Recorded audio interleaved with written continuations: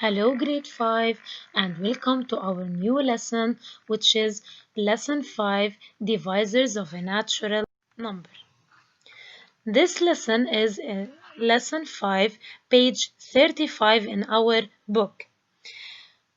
It has many objectives. In this lesson, you are going to be able to identify the divisors, know how to find the divisors of a natural number, and find the common divisors of two natural numbers and identify the GCD.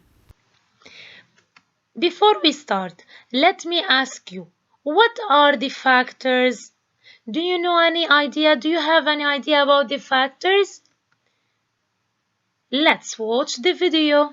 Think of factoring as unmultiplying. When you multiply, you take two numbers and multiply them together to get one number. And when you factor, you take one number and figure out what two numbers you can multiply together to get that number.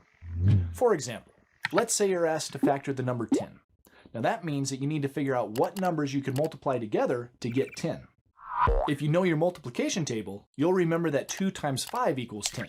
That means that 2 and 5 are factors of 10. So factors are just the parts of a multiplication problem, and factoring is figuring out what those parts are. I'm sure some of you are wondering, why would I ever want to factor a number? Now that's a good question, and I have a good answer. Factoring can make solving some math problems easier. For example, factoring is really useful for simplifying fractions. So let's see another example. Let's factor the number 24. For this one, I think I'll use my multiplication table. Let's see here. All right, well, 4 times 6 is 24, so that means that 4 and 6 are factors of 24. Now hold on. I'm sure some of you have seen that 3 times 8 is also 24, and that's true. We could have decided to factor 24 into 3 times 8 instead. So which of the factors is right? Is it 4 and 6 or 3 and 8? Actually, they're both right. So we can see that the number 24 has quite a few factors. 4 is a factor, 6 is a factor, 3 is a factor, and 8 is a factor. Now, after watching the video, we are able to find the definition of the factors. What are the factors? Factors are the numbers you multiply to get another number. 2 times 3 give me 6, so 2 and 3 are factors of 6. 1 times 6 is equal to 6, so 1 and 6 are also factors of 6. So the factors of 6 are 1, 2, 3, and 6. Example. What are the factors of 10? So think, which pairs of numbers multiplied together to give me 10? 5 times 2 is equal to 10. So 5 and 2 are factors of 10. Now, can you think another pair of numbers multiplied together to give me 10? Yes, 1 times 10 give me 10. So 1 and 10 are also factors of 10. Then the factors of 10 are 1, 2, 5, and 10. Factors, we said, are pairs of numbers that multiplied together to give me the target number. What are the factors of 20? Think, which numbers multiplied together to give me 20? 4 times 5 give me 20. 2 times 10 give me 20,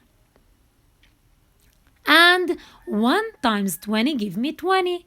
So the factors of 20 are 4, 5, 2, 10, 1, and 20. They are all factors of 20. Okay, 1, 2, 4, 5, 10, and 20 are factors of 20. Take a note. 4 times 5 give me 20. So 4 and 5 are called the factors or the divisors of 20. And we call 20 what? The multiple, the big number is the multiple of 4 and 5. Let's repeat. 20 is the multiple of 4 and 5, where 4 and 5 are called the divisors or the factors of 20. Factors are the same as the divisors. Now, how can we find the factors? Let's watch the video. Factor, these are numbers that you multiply together to give you the original number. Now that kind of sounds vague, so let me show you an example. 2 times 5 is 10. So 2 and 5 are factors of 10. They multiply together to give you 10. Seriously, that's it. Let's do a quick practice with factors. I want you to identify the factors of 36. There's a couple of factors of 36 up there on the board. The numbers on the board are all going to be one of two things. They're either going to be factors or multiples. These numbers in red are the factors of 36. Some of the factors of 36, not all of them, but the other numbers are multiples of 36. And we talked about that in a previous lesson. When you multiply 36 times something, you'll get these numbers.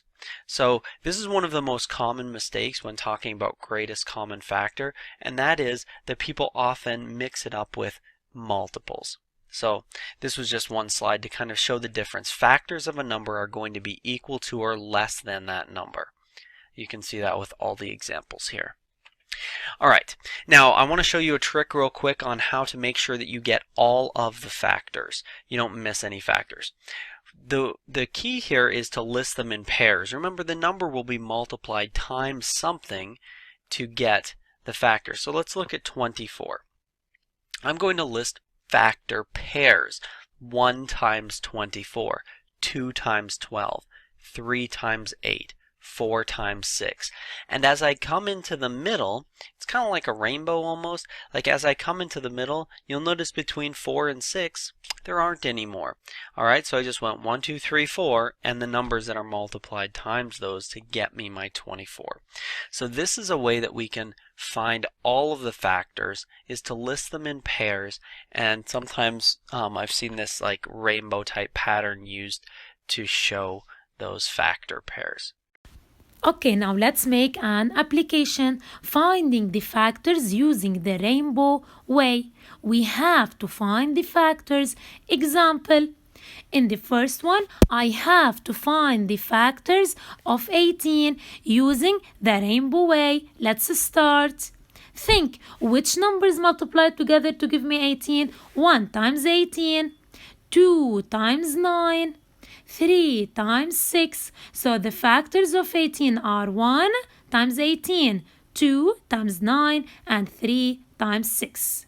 Now try it. Fill the missing factors to complete the rainbow. 1 times what give me 20? 1 times 20. The second one, which number multiplied together to get times 10? 2 times 10 give me 20, and 4 times 5 give me 20. So the factors of 20 are 1, 20, 2, 10, 4, and 5. And this is the end of session 1. Thank you for watching. Bye bye.